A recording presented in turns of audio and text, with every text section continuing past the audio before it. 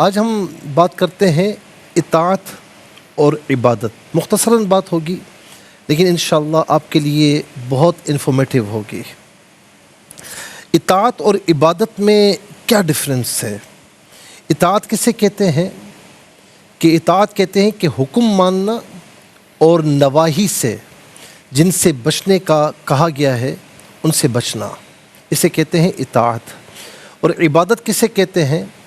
کہ بندہ اپنے معبود کی بارگاہ میں انتہائی جو عاجزی کا اظہار کرے، اور ظاہر ہے کہ اس کے لیے پھر کچھ اعمال ہیں، افعال ہیں، حرکات ہیں، تو اسے عبادت کہتے ہیں. تو یہ ہے اطاعت اور عبادت میں ایک فرق.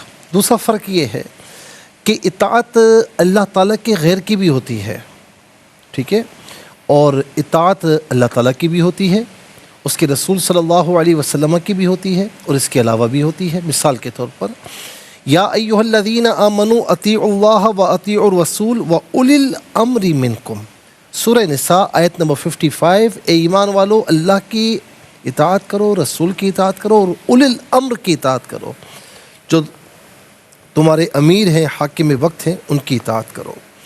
تو اس کا مطلب کیا ہے کہ اطاعت اللہ کی بھی ہوتی ہے عز و جل، اس کے رسول صلی اللہ علیہ وسلم کی ہوتی ہے، اور رسول کی اطاعت اللہ کی اطاعت ہے. من یطیع الرسول فقد اطاع اللہ، کہ جس نے رسول کی اطاعت کی اس نے اللہ کی اطاعت کی، ٹھیک ہے. اور رسول کے غیر کی بھی ہوتی ہے، جیسے والدین کی اطاعت کرنا، اور اسی طرح اپنے بڑوں کی اطاعت کرنا، استاد کی اطاعت کرنا، شیخ کی اطاعت کرنا.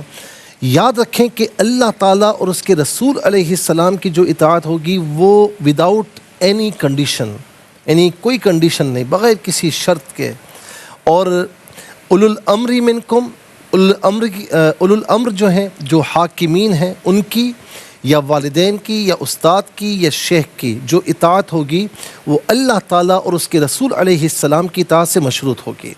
اگر ان کے علاوہ یعنی انہوں نے جو اطاعت کی وہ اللہ تعالیٰ اور اس کے رسول علیہ السلام کی اطاعت کے مطابق ہے تو بالکل ٹھیک ہے سر آنکھوں پر، اور اگر نہیں ہے تو پھر اس پر عمل نہیں کیا جائے گا.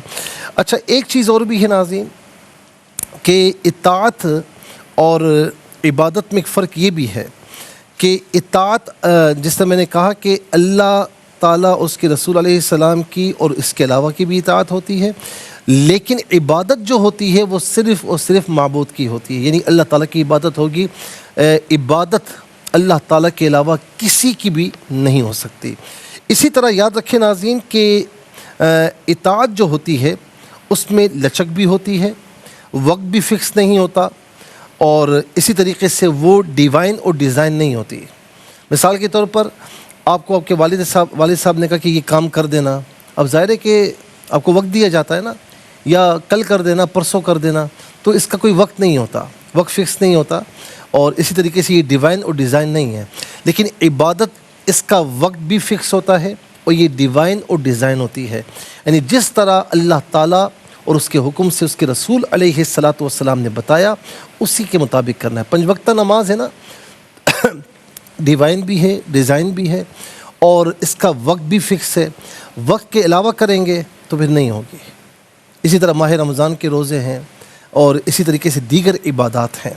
تو اسی طریقے سے ناظرین ہم کہہ سکتے ہیں کہ اطاعت اس میں وقت فکس نہیں ہوتا اور اس میں لچک بھی ہوتی ہے، لیکن عبادت اس میں وقت بھی فکس ہوتا ہے، اس میں لچک نہیں ہوتی، وقت کے مطابق ادا کرنی ہوتی ہے، ڈیوائن اور ڈیزائن ہوتی ہے، جس طریقے سے بتایا گیا اسی طریقے سے کرنی ہوتی ہے. اللہ تعالی ہم سب کو اپنی اطاعت کی بھی توفیق نصیب فرمائے، اس کے رسول علیہ السلام کی بھی اطاعت کی توفیق نصیب فرمائے، اور اس کے ساتھ ساتھ ہمیں ذوق و شوق کے ساتھ عبادات کرنے کی توفیق نصیب فرمائے.